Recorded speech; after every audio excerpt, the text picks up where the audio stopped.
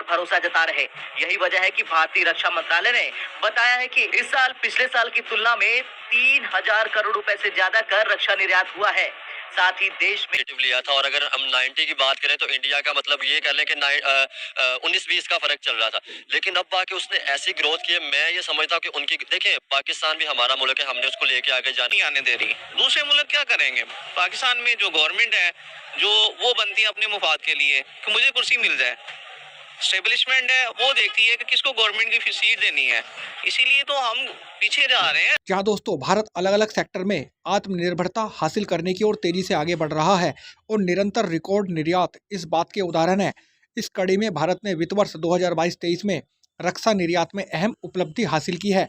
वित्त वर्ष 2022-23 में रक्षा निर्यात 16,000 करोड़ रुपए के अब तक के उच्चतम स्तर पर पहुंचा, जो 2016-17 की तुलना में 10 गुना से ज़्यादा बढ़ोतरी है। इतना ही नहीं, भारत आज 85 से ज़्यादा देशों को निर्यात कर रहा है। जहां दोस्तों भारतीय उद्योग ने वर्तमान में रक्षा उत्पादों का निर्यात करने वाली 100 कंपनियों के साथ डिजाइन और विकास की अपनी क्षमता दुनिया को दिखाई है।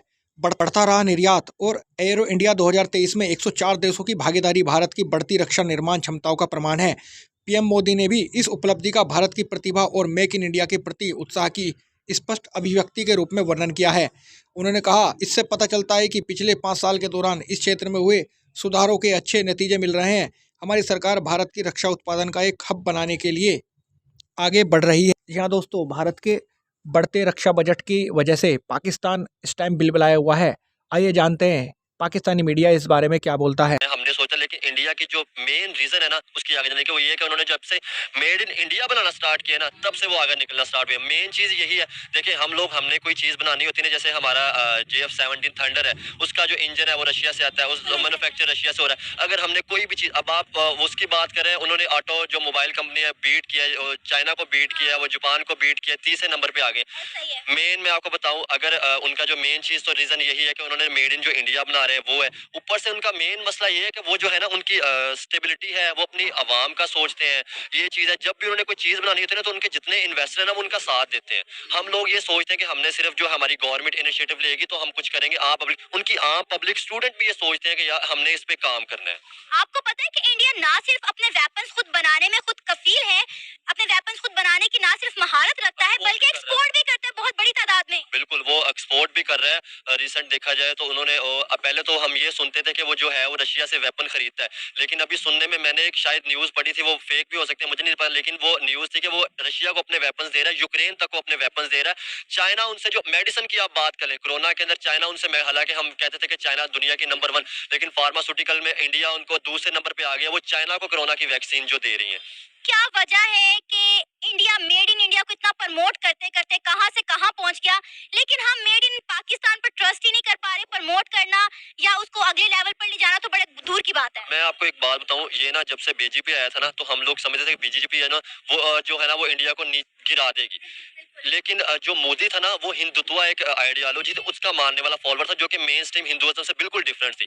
अब भी आज की एक न्यूज है, उनका कहना है बांग्लादेश का फाइटर जेट चाहिए और उसके अलावा हमें हेलीकॉप्टर चाहिए अपने आर्मी के लिए। हम अपने आर्मी को मॉडर्न करना चाहते हैं और उसके लिए हम कैपेबिलिटी समझते हैं इंडिया को कि इंडिया ज्यादा बेहतर है, लेकिन चाइना नहीं, पाकिस्तान नहीं। क्यों?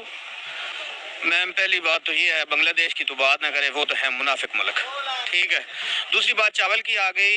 दुनिया पूरे में पाकिस्तान का चावल जो है ना वो सबसे बेस्ट माना जाता है। ये बांग्लादेश के कहने की बात नहीं है, पूरी दुनिया में अगर आप विजिट कर लें, सोशल मीडिया के जरिए कर लें, किसी भी लिहाज से कर लें, तो पाकिस्तान का चावल कुदरती तौर पर, पाकिस्तान की मिट्टी जो है ना उसमें एक खासियत मौजूद है। चावल में एक ख़ास किस्म की जिसको खुशबू कहते हैं, उसको अरोमेटिक कहते हैं।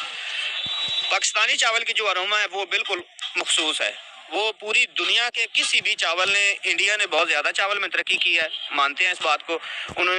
उनकी टेक्नोलॉजी, उनके बंदों ने बहुत ज़्यादा मेहनत करके बहुत सारे सीड जो हैं बनाए हैं, लेकिन उसके बावजूद भी जो वो अरोमेटिक है ना वो चावल में खुशबू नहीं ला सके, और उस लिहाज से पाकिस्तानी चावल जो है वो बहुत ज़्यादा आला है। दूसरी बात, अब पाकिस्तानी हुकूमत को इस बात की ज़रूरत है कि एक्सपोर्टर को सहूलियात दी जाएं, ठीक है, क्योंकि जो हाजिर हालात जा रहे हैं, ठीक है, इनमें एक तो मार्केट में रेट्स बहुत ज़्यादा हैं। कोई जो है ना मतलब कहें तो यहाँ पे कोई कानून साजी नहीं है, ठीक है, कोई तरीकाकार नहीं है। पूरी दुनिया में बिजनेस होता है ना, सुबह एक उसका रेट निकलता है, उसका रेट निकलने के बाद सारा दिन मंडी उस हिसाब से चलती है। पाकिस्तान में कुछ थोड़ा इस लिहाज से भी जो है ना, स्टाकिया जो है वो थोड़ा सा काम खराब करता है। जो लोकल गवर्नमेंट होती है वो इन चीज़ों की तरफ ध्यान नहीं देती है। पाकिस्तान को चाहिए कि एक्सपोर्ट के लिए आसानियाँ पैदा करे।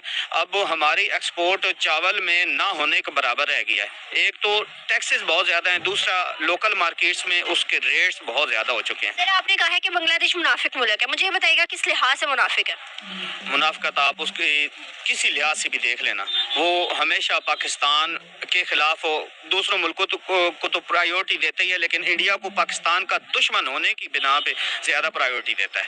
ठीक, अगर हम अफगानिस्तान की बात करें, वो भी अगर हम यूए में देखें, वो भी बहुत से ममालिक है जो हमें इस टाइम प्रायोरिटी पर नहीं रख रहे बल्कि इंडिया को रख रहे हैं, फिर हम सबको मुनाफिक कहेंगे?